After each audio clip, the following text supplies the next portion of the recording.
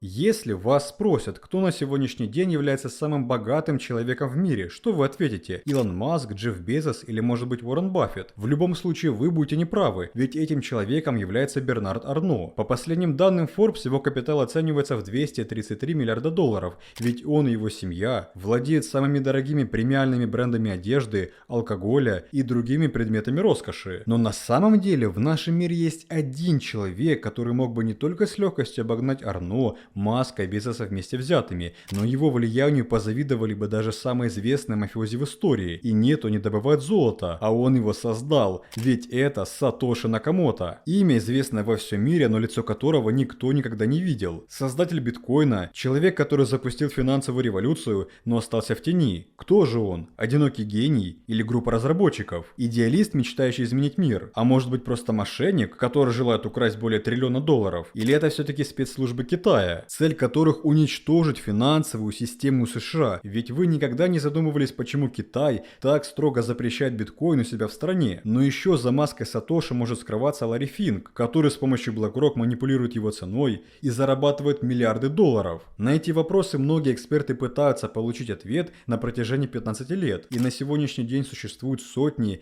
если даже не тысячи теорий о том, кто же на самом деле является Сатоши Накамото. Есть предположение, что это могут быть технологические компании во главе с Samsung, ведь сложив первые 4 буквы этих фирм, мы получим тот самый псевдоним Сатоши Накамото. Также вы могли видеть много фотографий, особенно вот этого мужчины, которого до сих пор считают Сатоши. Но буквально на днях компания HBO анонсировала документальный фильм, который выйдет на экраны 9 октября. И по заявлениям режиссера, в нем мир наконец-то узнает настоящую личность Сатоши Накамото. Это событие может стать таким же важным, как и запуск самого биткоина, ведь давайте не забывать, что под контролем Сатоши находятся тысячи кошельков, которые в общем насчитывают более миллиона монет, а также только Сатоши знает все секреты своего блокчейна. Следовательно, любые манипуляции с его стороны могут привести к глобальным негативным последствиям, которые не только отразятся на всем крипторынке, но и на мировой экономике. И самое интересное, что с приближением даты выхода фильма несколько кошельков эпохи Сатоши активизировались впервые с 2009 года, причем они уже успели вывести более 15 миллионов долларов. Совпадение ли это? Разберем сегодня в видео. Я собрал для вас самые необычные теории, кто же может быть Сатоши, и сегодня мы постараемся ответить на данный вопрос. Я вам расскажу, чего ждать от фильма, кто такой Лен Сасман, какие главные кандидаты предположительно являются Сатоши, как раскрытие личности создателя биткоина повлияет на его цену, угрожает ли биткоин доллару США, а также при чем здесь секретная служба разведки Китая. Будет очень интересно, поэтому поставьте лайк авансом, и если вы желаете больше контента такого формата, давайте наберем не меньше 1500 лайков, а также в комментариях обязательно напишите, кто по вашему мнению может быть Сатоши Накамото. Вам, как всегда, желаю приятного просмотра. Меня зовут Влад, вы на канале Coin22.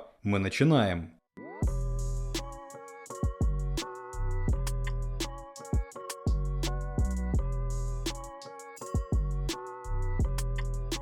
Что ж, дорогие друзья, сегодняшнее видео мы решили снять до того, как будет опубликован фильм от HBO 9 числа, в котором, как ожидается, раскроют личность Сатоши Накамото. Сейчас эту тему активно обсуждают в криптосообществе, и как всегда мы одни из первых выложили новость с анонсом предстоящего фильма в нашем телеграм-канале. Кстати, редакторы Telegram Coin22 публикуют только актуальные новости и важные события, поэтому, чтобы в будущем ничего не пропустить, рекомендую подписаться прямо сейчас, ведь также вас будут ждать эксклюзивные прогнозы и подборки перспективных монет для покупки. Касательно фильма, о котором сейчас все говорят, нам известно, что HBO пообещала назвать настоящего Сатоши Накамото в своей документалке Money Electric, которая выйдет 9 октября. Режиссером и продюсером фильма является известный разоблачитель теории заговора Калин Гобак, создатель фильмов «Q, да грядет буря» и «Сроки и условия могут поменяться». На днях Гобак написал: «В фильме мы приводим чертовски убедительные доводы, и я думаю, что тот, на ком мы остановимся, вызовет удивление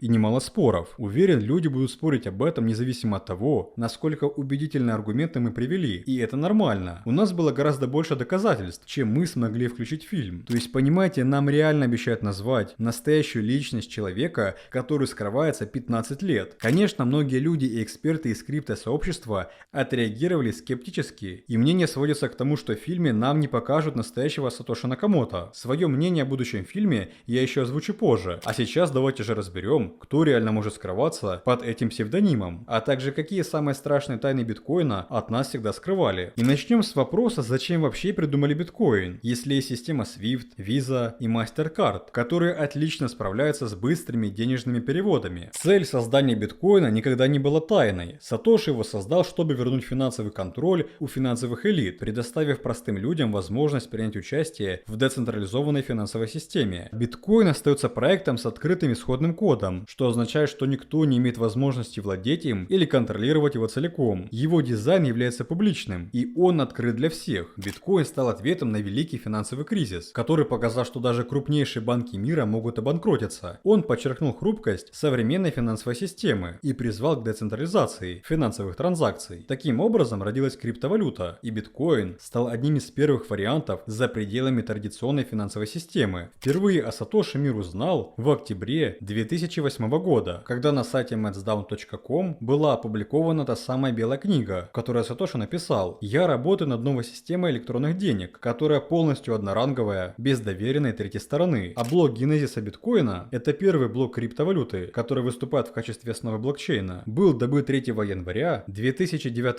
года также Сатоши Накамото. Ранее я уже рассказывал, как работает биткоин. По сути, основой биткоина и самой книгой учета транзакций является блокчейн. Каждый блок сети биткоина формируется в среднем 10 минут, и он содержит информацию обо всех транзакциях, которая связывает его с предыдущим блоком. Каждый блок в цепочке взаимосвязан с предыдущим и последующим блоком. Эта взаимосвязь делает сеть децентрализованной. Чтобы транзакция была успешной, ее должны подтвердить майнеры. Сейчас это специализированные организации, которые с помощью специального оборудования, которое называется ASIC, проверяют транзакции на правильность, собирают эти транзакции в блоки, подтверждают их и продолжают выстраивать цепочку блокчейна. В принципе, если провести пару транзакций своими руками и проследить за ней в блокчейне, то все станет понятно. Первая реальная транзакция произошла 22 мая 2010 года, когда один мужчина из Флориды согласился обменять 2 пиццы по $25 за 10 тысяч биткоинов, тем самым сделав 22 мая днем биткоин-пиццы. Это стала первая экономическая транзакция для криптовалюты, и тогда его цена составляла 4 биткоина за 1 цент. По факту биткоин родился после ипотечного кризиса в 2008 году, когда ликвидность на мировых финансовых рынках очень сильно пострадала из-за краха рынка жилья. Кризис вдохновил на создание биткоина, полностью функциональной формы цифровой валюты, основанной на принципе DLT. Белая книга Накамото заложила основу для будущих форм криптографических безопасных систем. Главной целью было позволить людям вернуть себе финансовую власть через децентрализованную финансовую систему. Идея децентрализации устранила необходимость в посредниках, таких как компании, финансовые системы или правительства, которые должны были участвовать в обмене цифровой валютой. Транзакции были бы безопасными и отслеживались бы через блокчейн. И теперь в наши дни биткоин пользуется большим спросом со стороны не только розничных, но и больших инвесторов, как, например, фондов, таких как BlackRock. А поскольку Сатоши сделал ограниченную эмиссию в 21 миллион монет, то это вызывает дефицит на рынке, и его цена растет. Конечно, за последние дни биткоин немного просел на фоне напряжений на Ближнем Востоке и роста индекса доллара, но это не помешало нам заработать на падении рынка, ведь аналитики нашей подписки Coin22 Pro опубликовали самые оптимальные точки входа в шорт на Manito OP, который принес от 80% профита,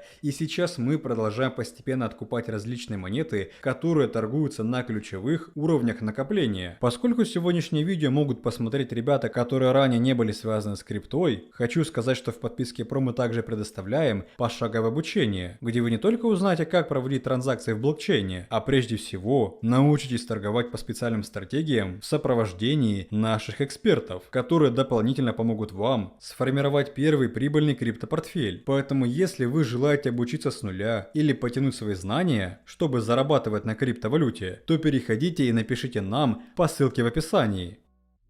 Теперь, когда мы знаем, зачем был создан биткоин, давайте приступим к главному вопросу, кто же такой Сатоши Накамото. Через 3 года после публикации своей белой книги Накамото ушел из криптосферы. 23 апреля 2011 года он отправил электронное письмо другому разработчику биткоина, в котором сообщил, что занялся другими делами и что будущее криптовалюты в надежных руках. С тех пор никаких сообщений с ранее известных адресов электронной почты Накамото не поступало. Сейчас на платформе Polymarket проходит голосование, экране, на котором есть 5 предполагаемых мужчин. Давайте про каждого из них поговорим отдельно, но начать я бы хотел с Дариана Накамото, ведь именно его фотографию вы видите первой, если в поиске ввести Сатоши Накамото. В 2014 году журналистка Newsweek выложила статью под названием «Лицо, стоящее за биткоином». В одной из самых громких попыток раскрыть личность Накамото, она назвала Дариана Накамото неуловимым создателем биткоина. Она привела сходство между двумя Накамото, включая способности по математике и японское происхождение. Дариан ранее работал в компьютерной области, а также секретных оборонных проектов. Однако Дариан Накамото позже отрицал какую-либо связь с биткоином. Он отрицал любые опубликованные цитаты как неправильное заявление со стороны репортера. Накамото утверждал, что его слова были вырваны из контекста и что во время интервью он говорил о разработке, а не о биткоине. Позже Сатоши Накамото подтвердил, что это не Дариан Накамото, положив конец этим слухам. Ну а что насчет других личностей? В то время как Дариан Накамото отрицал, что он Сатоши Накамото, то австралийский ученый-компьютерщик Крейг Райт утверждал, что именно он скрывается за этим псевдонимом. Райт заявил об этом в 2016 году, после того, как один журнал опубликовал о нем статью в декабре 2015 года. Но позже появились обратные доказательства. Записи в блоге были датированы задним числом, как и предполагаемые открытые ключи шифрования, связанные с Накамото. Основным идентификатором в блокчейне является открытый ключ. Это половина двухключевой системы, которая нужна пользователям для проведения зашифрованных транзакций. В случае Райта, как оказалось, и открытые ключи Накамото, и записи в блоге были датированы задним числом, что делает его заявления более подозрительными. И после этих подозрений Райт в конечном итоге отказался от своих заявлений. И кстати, на него сейчас самый маленький процент вероятности. А что по поводу Ника Сабо? Криптоэксперт Ник Сабо также был одним из подозреваемых Сатоши. В 2015 году New York Times выложила статью под названием «Расшифровка загадки Сатоши Накамото и рождение биткоина». Его сравнивали с настоящим Накамото из-за сходства в творчестве и увлечениях, а также из-за большого вклада Сабо в разработку биткоина. Он не отрицает данную теорию, но и особо ее не подтверждает, ведь по факту нет даже микродоказательств. А вот второе место по вероятности занимает Хэл Финни. Финни был компьютерным ученым, кодером, а также занимался криптографией еще до биткоина. Он умер в 2014 году в возрасте 58 лет. Из-за сходства в их стиле письма журналисты Forbes изначально предположили, что Финни мог быть как минимум автором-призраком Накамото. Однако Финни отрицал подобное заявление и предоставил доказательства того, что он не Сатоши Накамото. Но вот на первом месте вы можете заметить человека по имени Лэн Сасман, который, по мнению криптосообщества, считается самым вероятным вариантом. Причем даже глава Galaxy Digital Алекс Торн написал, что он слышал, как в фильме HBO утверждалось, что настоящая личность Накамото это как раз таки Лэн Сасман. Но кто он такой? Встроенный в каждый узел сети биткоина некролог является мемориалом Лену Сасману, человеку по сути увековеченному в самом блокчейне. Сасман был программистом и ярым фанатом биткоина. Он покончил жизнь самоубийством, а главным аргументом, что Сатоши это он, является дата их исчезновения. Сасман покончил с собой вскоре после того, как Сатоши перестал публиковать посты. Такое совпадение подтолкнуло многих пользователей поверить в то, что Сатоши Накамото является именно он. Конечно, из всех этих людей больше подходит именно Лэн Сасман, о чем скорее всего расскажут в фильме. Но опять-таки, прямых доказательств, конечно же, нет. И кстати, можете написать, кого из этих 5 кандидатов выбрали бы вы. Но вопреки таким мнениям, Сатоши Накамото не обязательно является одним человеком. Это может быть группа разработчиков или даже компаний. И по этому поводу есть интересная теория, связанная с компанией Samsung. Ведь если совместить название первых букв вот этих компаний, то мы реально получаем Сатоши Накамото. И эти компании занимаются технологиями. Тем не менее, это всего лишь очередная теория, которая вряд ли является правдой. Но может ли быть такое, что биткоин придумала разведка Китая для уничтожения США? Например, известный управляющий хедж-фондом Кайл Басс недавно озвучил интересное предположение, что Сатоши Накамото является агентом китайской разведки. Он заявляет, что биткоин помогает Китаю, одному из главных противников геополитики США, подрывать стабильность доллара. Он написал: подумайте, как функциональность помогает коммунистической элите с ее закрытым счетом капитала, одновременно подрывая превосходство доллара. Это гениально, но это не было разработано японцем. Также есть некоторые теории заговора о том, что биткоин создан ЦРУ. Некоторые эксперты также выдвинули теорию о том, что китайское правительство создало биткоин, чтобы бросить вызов гегемонии доллара. В Китае криптовалюта запрещена еще с 2013 года, а в 2021 году китайское правительство запретило майнинг и торговлю. Но если честно, учитывая масштабы биткоина, то я думаю, за 15 лет мы могли бы прийти к подтверждению этих теорий, но ни одного доказательства нет, или хотя бы какой-то информации. Учитывая все эти теории, лично я считаю, что ни один из этих мужчин не является Сатоши. Я больше склоняюсь к такому мнению, что это большая команда разработчиков, которая продумала все до мелочей и запустила такую сеть, как биткоин. И если говорить о том, назовет ли HBO личность Сатоши, то я думаю, что конечно же нет. Повторюсь, никто этого не мог сделать более 15 лет, ведь ни одной малейшей зацепки. Вероятно, режиссеры просто сделают документалку с разными интервью экспертов и такую же статистику с процентной вероятностью. И в принципе на этом фильм и закончится. С момента своего создания биткоин имел легендарное прошлое. Изначально разработанный как децентрализованная и безграничная альтернатива фиатной валюте, биткоин постепенно становился централизованным до некоторой степени. Например, крупные банки и финансовые организации начали запускать торговлю. Однако с появлением китов, которые владеют большей частью биткоина, он снова попал под контроль элиты, от которой, собственно говоря, уходил. И эти крупные инвесторы контролируют его цену на рынках и имеют деньги для создания ферм по его добыче. Ведь чем больше майнеров, тем сложнее добывать биткоин. И если раньше вы могли майнить биткоин даже через ваш старый компьютер, то сейчас это невозможно. И его добывают только большие компании, у которых есть деньги и дорогое оборудование. Хорошей новостью является то, что творение Накамото, похоже, никуда не денется в ближайшее время. И если будут реализованы правильные технологические достижения, то вполне вероятно, что люди будут использовать биткоин даже для повседневных транзакций. Хотя я больше ожидаю, что биткоин станет не валютой, а полноценным активом на уровне золотом. Ведь сейчас биткоин уже является 10-м самым высококапитализированным активом в мире, с капитализацией превышающей 1 триллион долларов. Он имеет поддержку от больших фондов, и его ждет большое будущее в виде принятия на мировом уровне. И как сказал один из первых разработчиков биткоина, на самом деле не важно, кто такой Сатоши, важно то, что он создал. И пока мир продолжает строить догадки о личности Сатоши, его творение биткоин продолжает свой путь, меняя финансовый мир и бросая вызов традиционным активам и мировым валютам. Да, друзья, история развития биткоина на этом не заканчивается, и в ближайшие несколько лет отношение к биткоину в мире точно изменится, ведь только за последние пару лет произошли глобальные изменения, поэтому мы продолжаем поддерживать идею биткоина и верим в его долгосрочный рост. А что об этом думаете вы? Обязательно пишите в комментариях, а также напишите, кто по вашему мнению является Сатоши и что будет с биткоином в ближайшие годы. Я напоминаю, если вам понравился формат такого ролика, то поставьте лайк, и мы будем чаще выпускать такие видео. Дополнительно не забудьте подписаться на телеграм-канал, где вас ждут важные новости. Ну и конечно же жмите колокольчик, чтобы не пропускать новые видео. А вам спасибо за просмотр, всем желаю удачи, до скорых встреч.